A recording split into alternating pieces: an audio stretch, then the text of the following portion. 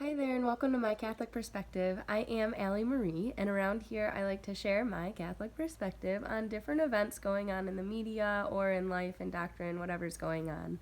And I am still sick. I'm going on 4 weeks now, so I'm hoping that by next week my voice will be back to normal. So be sure to subscribe and hit the notification bell if you want to hear what that sounds like. Today I want to talk about Michelle Williams' speech at the Golden Globes, and similar to when I spoke about Callie's daughter Olive, people had responded saying that if somebody speaks outside of doctrine or outside of the Bible, we're supposed to address them directly, and that I shouldn't be doing a public video.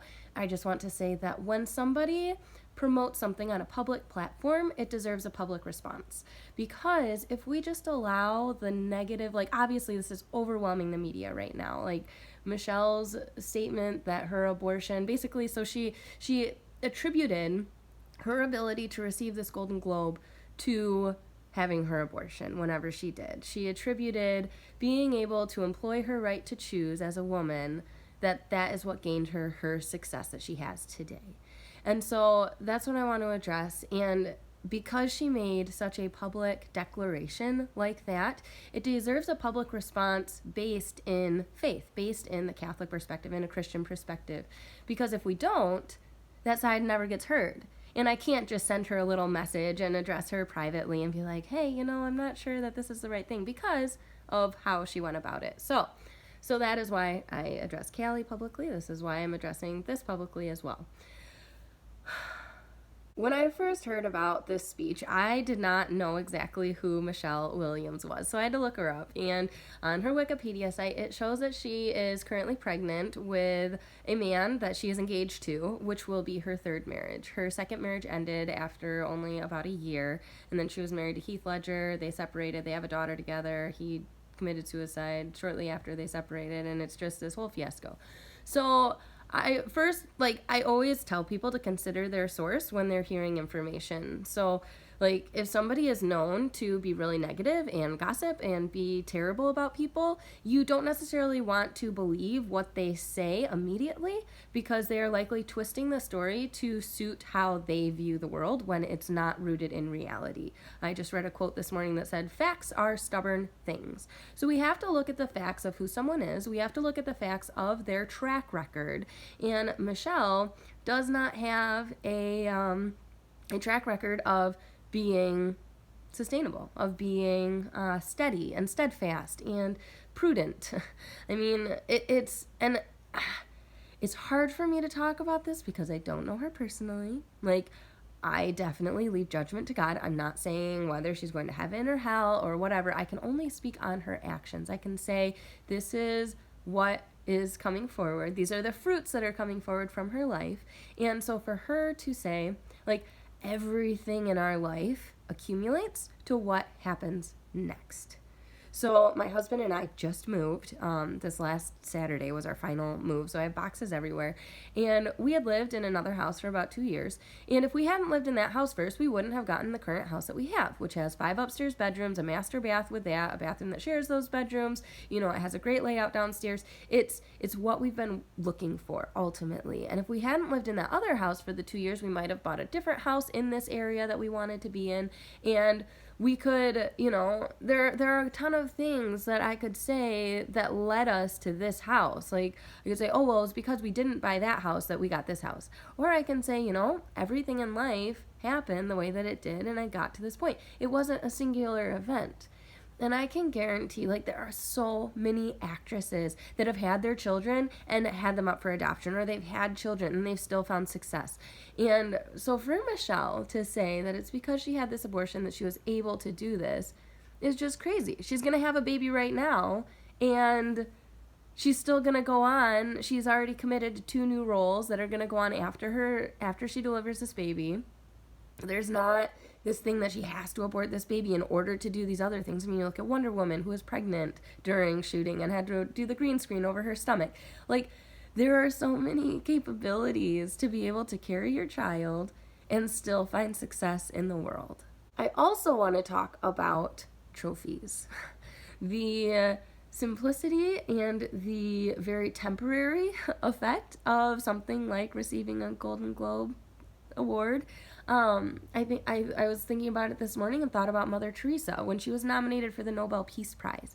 She literally said, give it to somebody else. I don't want to accept it. I don't need it. I don't deserve it.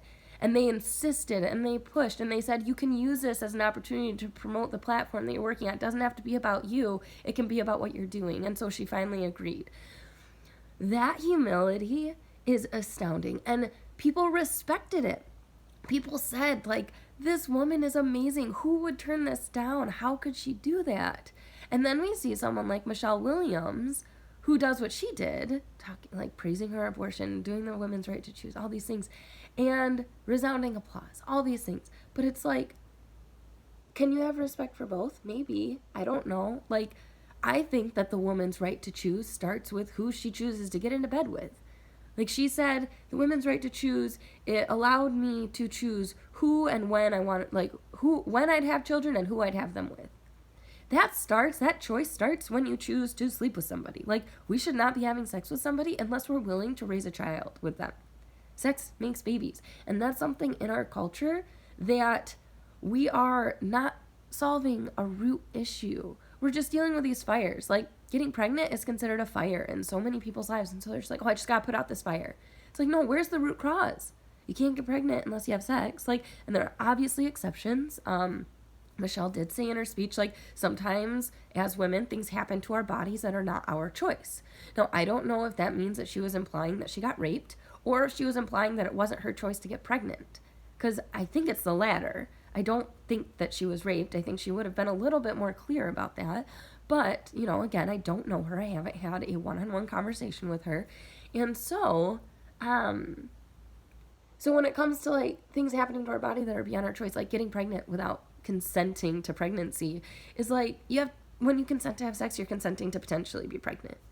It's just how it works. It's basic biology. And going back to Mother Teresa, what did she do? What was her life's work?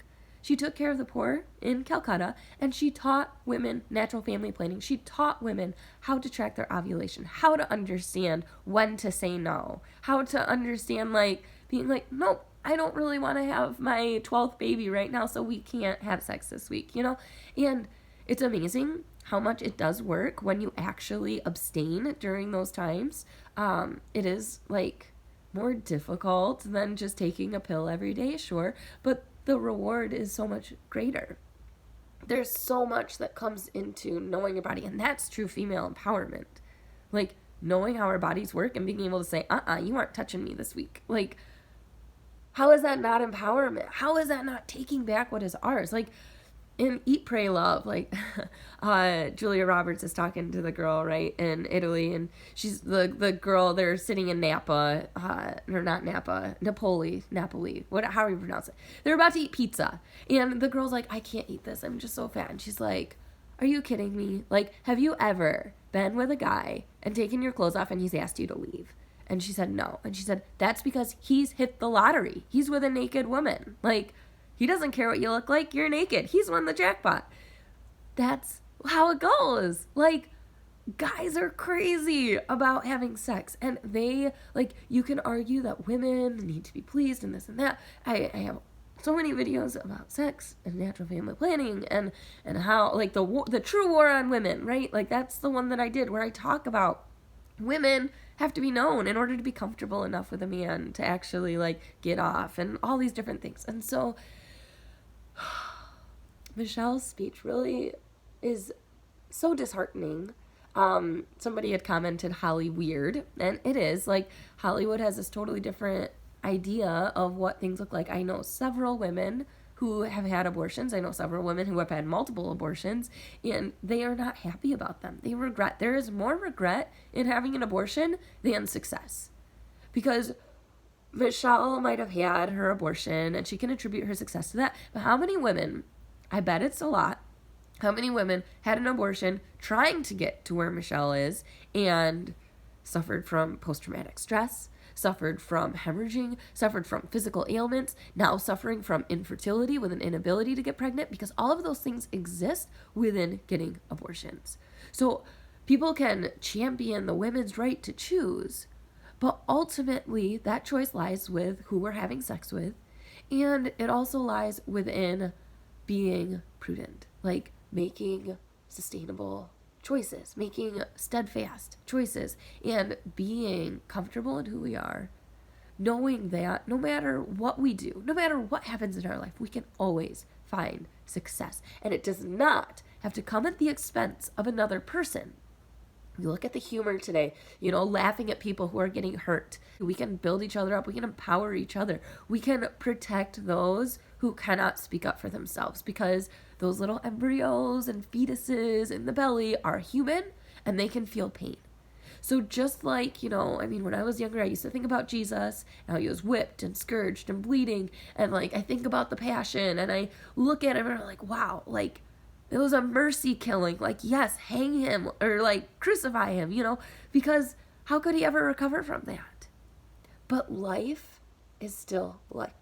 And it did put him out of his misery. And people can argue, you can put people out of misery and you can have these mercy killings. And that's ultimately what you're viewing abortion as. People are trying to protect their children from suffering, trying to protect them from the foster care system. And ultimately, suffering is just a part of the human existence. Nobody can get out of life without suffering. But suffering doesn't have to be avoided. It doesn't have to be viewed upon as something that is just totally negative. Christ redeemed suffering. We can take it and we can offer it for something else. I can take my sickness here and offer it for a child who has leukemia and has been going through just terrible treatments. I can offer it for that family. I can offer my suffering. And because it's redeemed, because Christ took suffering and offered it for something greater than himself, we can take our suffering and offer it for something greater than ourselves. In a physical realm, spiritual realm, all of those pieces, we can actually take it and we can offer that. And so I know, unless she is just so far convinced, I know that there is some sadness. She has felt sadness because I've talked to women who have openly chosen their abortion, who have openly stated that it was what they needed at that time, and they still struggle. They still know that baby, because they've had children after their abortions, they know that baby would have had this birth date, and they want to name that child, and they want to commemorate that child, and they don't know, they know that in that moment, that's what they felt they needed, and they know that they wouldn't be where they are today unless that had happened, because everything in our life makes an impact. But that doesn't mean that there's not a sense of loss. There was a meme that I posted on Instagram that I had seen that, Michelle Williams is holding her little trophy and she says, I won. And there's a mom holding her baby and she says, no, you didn't. And it is so true. There is nothing more rewarding than having that beautiful child with you, allowing that child to grow, giving that child, nurturing that child with everything that it needs in order to be successful in life. Because for all Michelle knows, that child that she aborted could be following in her footsteps. She or he could be making such a huge impact in the world. And it'll just never be known. It'll never be known. So, God bless you. Those are my thoughts on this. I just pray that you're able to stay steadfast in the faith, continue searching, continue seeking, and continue knowing that the media is not all there is. It's not the majority. The majority is pro-life. The majority is looking for love and fulfillment, and that is found through Jesus Christ. So I pray that God is able to grant you the resources that you need to draw closer to him and to those around you, and I hope that you are able to make it a great day. We'll see you again next week, Thursday. God bless.